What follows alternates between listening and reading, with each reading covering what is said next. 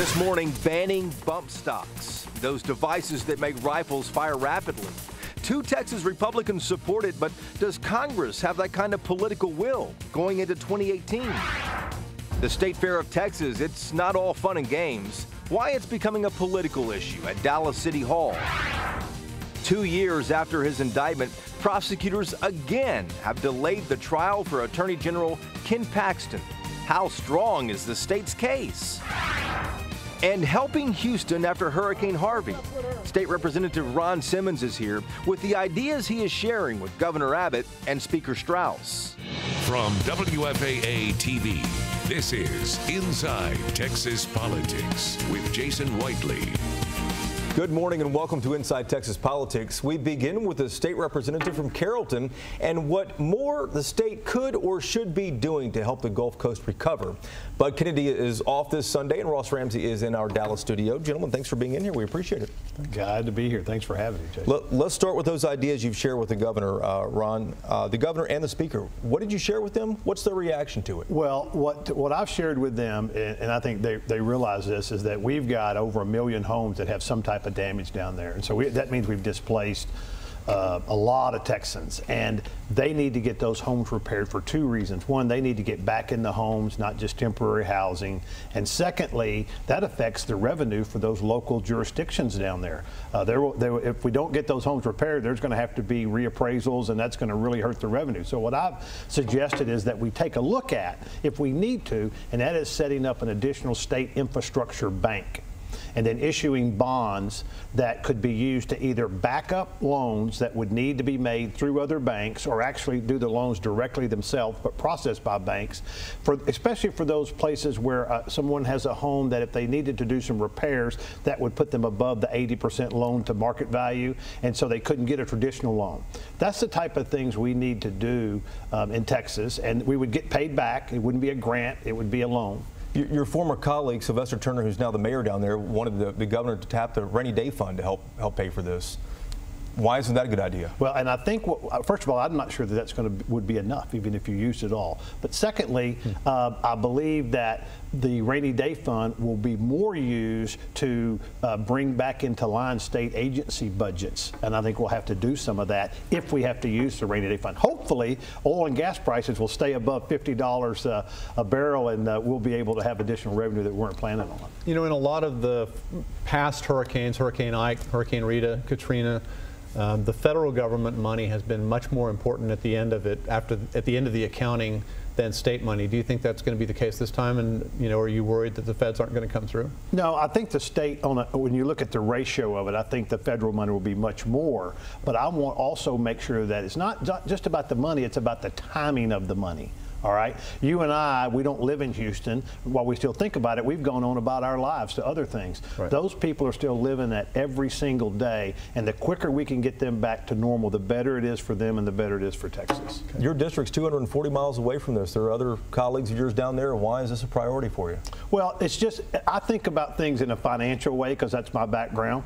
So when I began thinking about, okay, what can we do here, the first thing that came to me is how we've done some other things. We set up a state infrastructure bank for water. We've done a lot of different things. And so because at the end of the day, it takes money to get these things done. I want to switch off to news of the day as well, too, the Las Vegas massacre that happened last week. Would you like to see Congress ban bump stocks? Well, I'm not an expert on bump stocks, but I definitely think I for sure think we need to look at that. That is a discussion that the Speaker of the House has, at the federal level, has said we need to look at, the President said we need to look at, and I absolutely think we need to take a look at that. Should it go any further?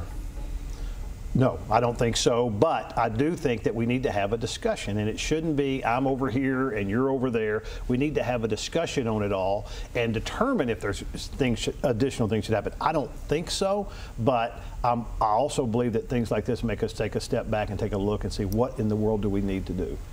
Do you feel a clamor at all from voters about this? I mean, we know the politicians are a little intractable on this on both sides. Mm-hmm. Whenever something like this happens, is government a solution? And are you hearing from voters or constituents who say, you guys need to do something about this? I hear from constituents that said, hey, is there any way that we can protect ourselves without giving up our liberty? And that's a difficult equation, because anytime you increase security, you automatically give up some type of freedom. And so I think people are concerned, but I also think that they're hesitant to say, hey, let's ban this or that or the other. So I'm not hearing from my voters, let's have additional, gun control. The bump stocks is a different issue. Should the state take any action? I'm not sure that the state would need to take any action. That's not something that we've studied at this time, and I'm sure that it'll be a question that comes up in the next legislative session. Let's talk about House politics. Phil King is the state rep from Weatherford, one of your colleagues on the floor, who's talking about running, actually filed to run. What do you think about that, and where's he going to get support from?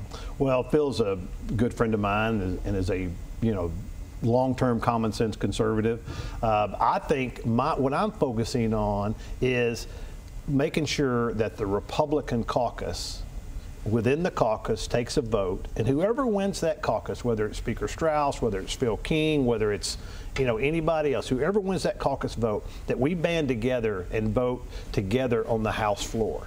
And we'll just have to see how it comes out. The House talked about doing that once before when Ken Paxton was a House member running against Joe Strauss. Okay. And 15 members, including Ken Paxton, decided not to honor the caucus thing. How do you bind the caucus once you try that? Yeah, and I'm not sure, and that's the discussion, some of the discussion that's going on. I'm not sure you certainly can't legally bind them. Right. The caucus could censor them or something like that. But at the end of the day, the only way you bind them is through their own voters. Yeah. And if they agree to do it and they back out of that agreement, they should be punished for that in their elections. Is there a circumstance under which Ron Simmons would be a candidate for Speaker? I don't have any plans to do that at this particular time, but you can never say never in politics, as you know. Do you have higher aspirations? I really enjoy what I'm doing, and I haven't thought about any other aspirations. I think that I've been effective, and I think that I want to continue on the common sense way that I've done it. Let me switch back to what I asked you a moment ago, too, about Phil King. Where could he draw support from? I think Phil, because he's been around a long time, a lot of people know him. Phil, I don't know if you've watched Phil at all on the House floor, but he's very measured, right? When there's a difficult thing to have to argue from the front or back mic, he's a good one for it. And I think what people look for in a leader is that, hey, is this person going to be, off the chart, right?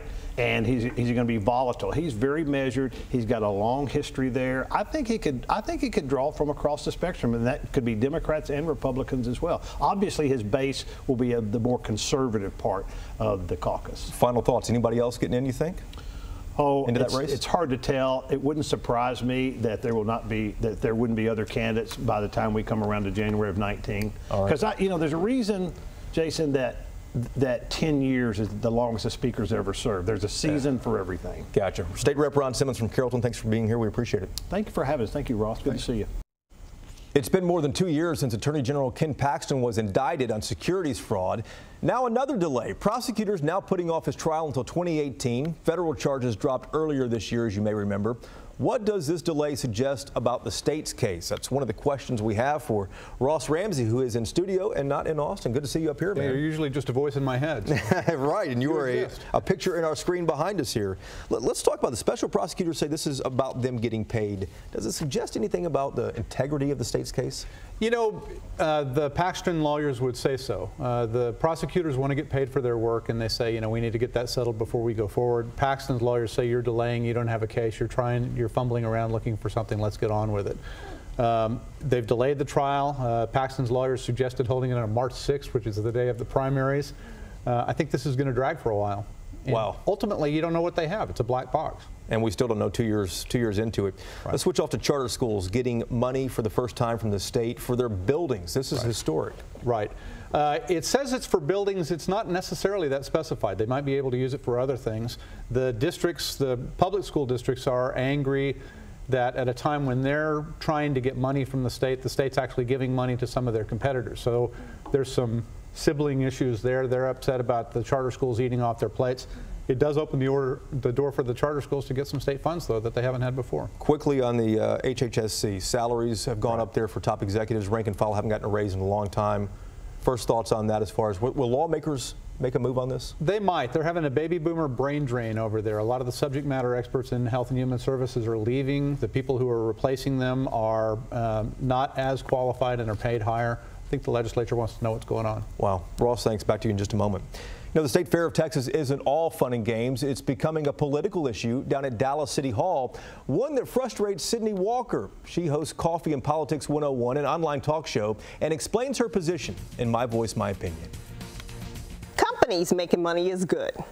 But why does the Dallas City Council allow deals that unfairly use taxpayer money?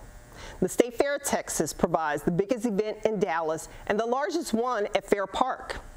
Last year, the CEO made $708,000, and the State Fair of Texas made $53 million. Each year, the City Council approves nonprofit welfare by allowing the State Fair of Texas to receive taxpayer-funded police security. The State Fair of Texas can't pay the full amount for police security at $3 million. Where's all the money going? That's garbage. The taxpayers of Dallas need to demand from the City Council an in-depth audit to show where the money is going and to end ATM usage of taxpayer dollars.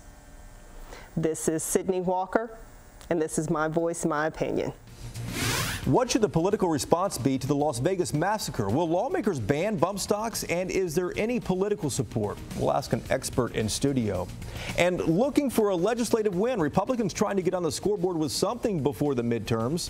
Mark and Rich debate tax reform's future in Flashpoint. Inside Texas Politics is back in 3 minutes.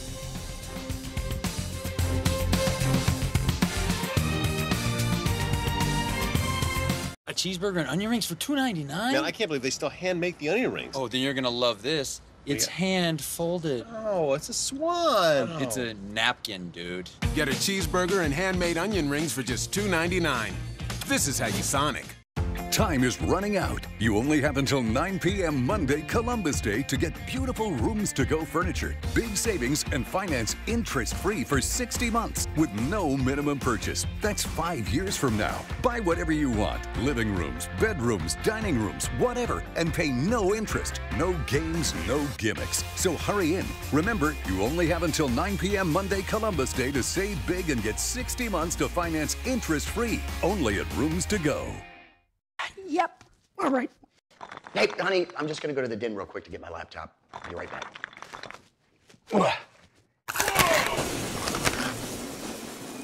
Wow, that's a serious foundation problem.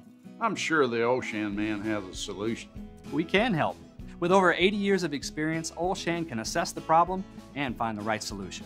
Go to olshanfoundation.com for a free estimate. When it comes to solving foundation problems, there's only Olshan. Come on, let the good times roll. WinStar World Casino and Resort keeps the good times rolling, whether you're a party of 2 or a party of 2,000 at a conference, trade show, or event in the incredible new WinStar Convention Center. Come on, let the good times roll. It's the world's biggest casino experience and DFW's best new convention destination. Contact us to start planning your event today.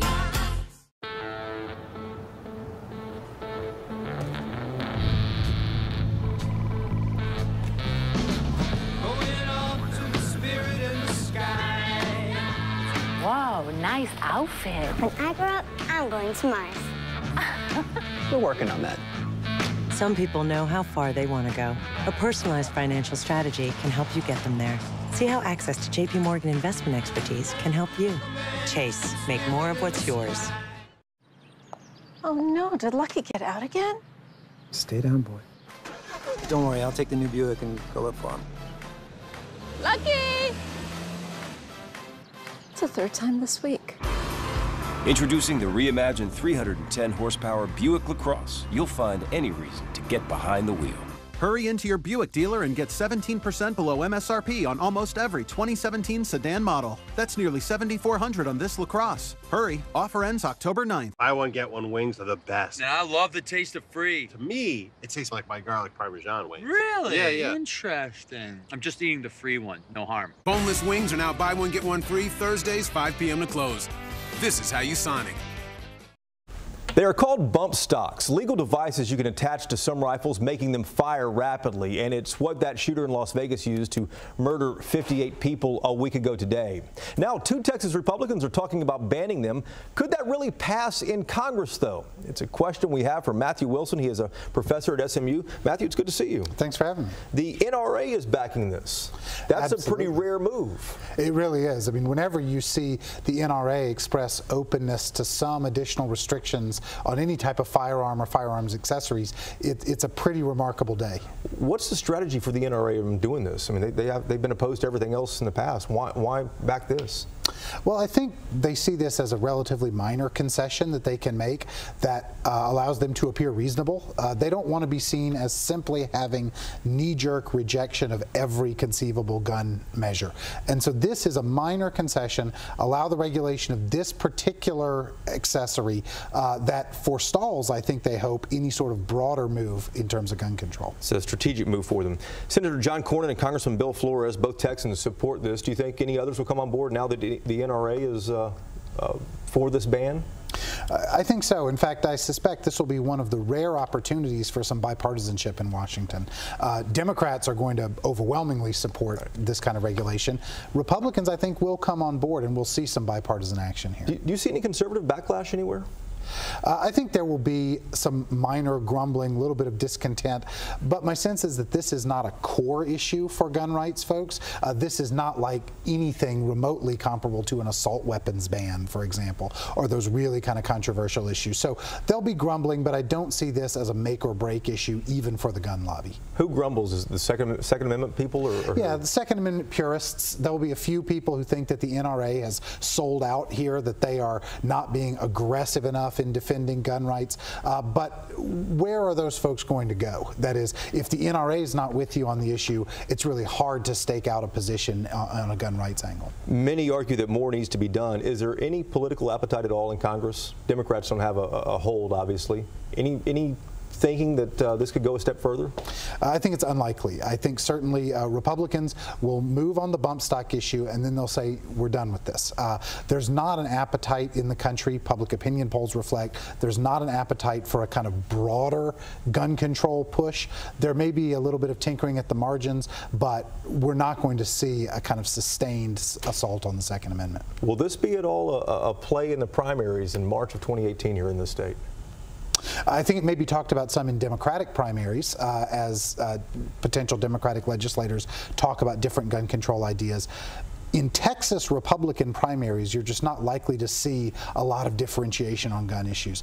Texas Republicans are overwhelmingly supportive of Second Amendment rights, so I wouldn't look for a lot of differentiation on this. Final moments here too, Matthew. Switching off to state politics, Democrats haven't found anyone to run for governor yet. What does that tell you about the party or about the strength of Abbott?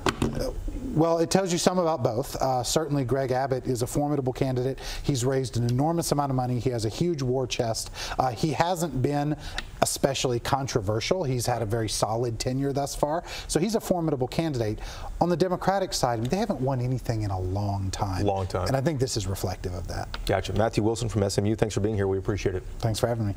The Republican tax plan is said to be quietly coming together in Congress. The GOP needs a legislative win and say tax cuts will likely spark economic growth. But Democrats ask at what cost? That started Flashpoint this morning. From the right, Mark Davis of 660 AM The Answer, and from the left, Rich Hancock of virtualnewscenter.com. Good Sunday morning, everybody. Welcome to Flashpoint. My buddy Rich Hancock and I are here to talk about something you've heard a lot about and you're going to hear a lot more about. Tax cuts. Good idea, bad idea. So let's start this in a fun way. Why aren't tax cuts a good idea in a seriously overtaxed country? Well, tax cuts are a good idea when we don't know how we're going to pay for them. The simple fact is we don't have enough revenue to run the government the way we need to. We can anticipate growth, but that anticipation is often disappointing. The simple fact is we hear conservatives all the time tell us, don't buy stuff you can't pay for. Don't fund things you can't pay for. Don't fund tax cuts you can't pay for. Well, there's a bit of a misnomer here that tax cuts need to be paid for, because when taxes are cut, happened in the 20s, happened in the 60s, happened in the 80s. The resulting growth creates more net revenue for the Treasury, so in a way we can both be happy. I get the tax cuts I want, you get the more money flowing into government that you want. What's wrong with that? In the 20s we had a depression. In the 60s we had all kinds of political and social turmoil, and in the 80s the tax cuts weren't paid for. We didn't have growth in revenue. We had $400 billion a year in bad checks written by Ronald Reagan to cover for the loss in revenue. Well, it was also to cover for the enormous profligate spending, which wasn't Reagan's fault. We were spending so much at that time that even the net increase to the revenue wasn't enough to cover it. Go ahead, I'm sorry. The simple fact is Ronald Reagan cut taxes, then raised them 11 times over the rest of his presidency. Raised taxes 11 times to cover for the deficits that his first tax cut created. In our remaining 10 seconds, is it okay for the people who are hit the hardest if a real tax relief to go to the upper incomes, who are the people who are paying the lion's share of taxes already? Can we flatten this out a little bit? No, flat taxes don't work. From the left, I'm Rich Hancock. From the right, Mark Davis, 660 AM The Answer. Cleaning up voter fraud, a Dallas Democrat wants to get to work on it, but can reforms come without disenfranchising minority voters? One of our conversations next on Reporters Roundtable. If you've been in a car wreck, the pain and suffering can stay with you for a long time. Call Lawn Car Associates. We'll fight to put every dollar you deserve in your pocket. Car wreck? Call Lawn Car. Lawn Car Associates. Call 800, then all sevens. If you're feeling bold, you have to try the new chorizo burger. Chorizo burger. Yeah. Oh, yeah. It's perfectly seasoned chorizo. You can taste the chorizo in every bite. Grilled onions, peppers, that Monterey Jack cheese melted in between. Our creamy chili sauce is made with 5 different kinds of chili peppers. It's just enough to give you that bit of kick. Chorizo. It feels like something my grandmother would have made. If you like chorizo, you're gonna like this burger. The chorizo burger is here for a limited time. Only at Whataburger. A lot can happen between now and 2020. You could take up running, then give up running. You could find thousands of holiday deals on furniture, flooring, appliances, and electronics at Nebraska Furniture Mart and pay no interest. Not in 2017, not in 2018 or 19. Pay no interest on qualifying purchases if paid in full by January 2020. And we're adding a lot of savings this Sunday with Door Crashers. Start something now and pay no interest at the Columbus Holiday Sale at Nebraska Furniture Mart. Life is good, and at Robeson Ranch, a Robeson Resort community for active adults, it just keeps getting better. Come join us for our open house event this Sunday. Discover stunning models featuring innovative designs. Enjoy complimentary refreshments, live music, and giveaways. Plus, discover exceptional resort-style amenities. Visit robeson.com/event for details. Robeson Ranch, a life as big as Texas. Food, water, internet. We need it to live. But what we don't need are surprises, like extra monthly fees. I See You Fee, played by legendary actress Angelica Houston. You got me, Mark. We just want fast internet for one simple rate. For all the streaming and the shopping and the newsing, but most of all, for this. Internet for one everyday simple price and no extra monthly fees. At Texas Toyota of Grapevine, the fun doesn't stop when you buy. At our brand new redesigned dealership, we make service after the sale better. From when you arrive to when you're hanging out in our awesome customer lounge, our certified technicians go to work to get you back on the road with a smile, faster than you thought possible. From quick lube to major repairs, we're here for all your automotive needs, even if you didn't buy from us. There's only one choice, Texas Toyota of Grapevine, right by DFW Airport, your Toyota destination. If you've been in a car wreck, the pain and suffering can stay with you for a long time. Call Lawn Car Associates. We'll fight to put every dollar you deserve in your pocket. Car wreck? Call Lawn Car. Lawn Car Associates. Call 800, then all sevens.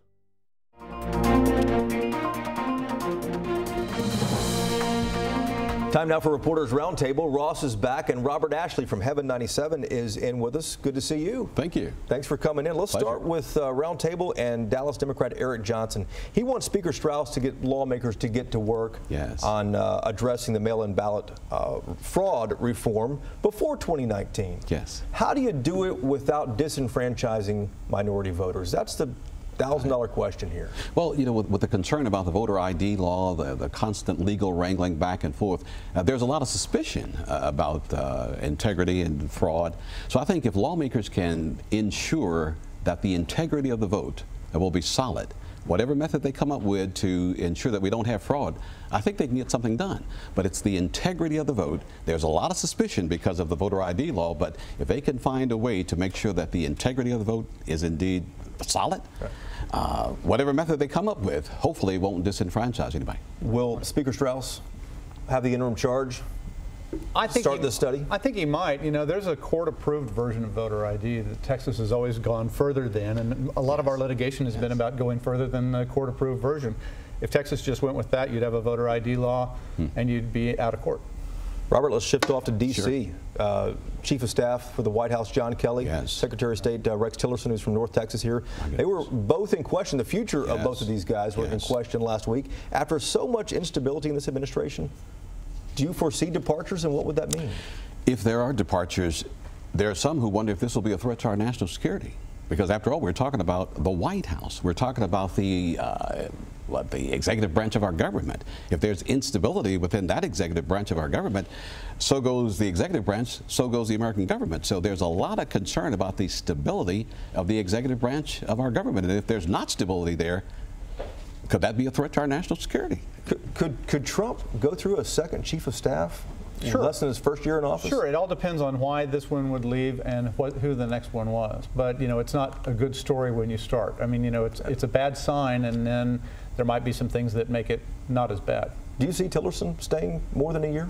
I think he stays, you know, for a while. I mean, you're kind of asking me if a tumultuous administration remains tumultuous, and I think so. You know, Tillerson says he's staying. He had a press conference to say, I'm not going anywhere. It is unpredictable indeed, though. Let's shift off to bump stocks, Robert. John Cornyn and Congressman Flores, Bill Flores, they both want to ban bump stocks. The NRA is backing this as well, too. Looks like easy political cover for anyone else to get on board as well. Well, with the NRA being involved, that may be a game changer. That could possibly be a game changer. And if the American people believe that banning these bump stocks would possibly ensure we don't have another mass shooting like what we had in Las Vegas, possibly something could be done from a positive point of view. But if there's just a perception you're just doing something to do something, then we may not be doing anything. This looks easy at this point with the NRA on board, right? It looks easy. It gives them a chance to say we did something. It doesn't really upset most of the Second Amendment people. I think they'll probably do it. Gotcha. Gentlemen, thank you guys very much. Robert, thanks for coming in. We appreciate it. And thank you for watching as well. We'll see you again next Sunday. Hope you have a good week.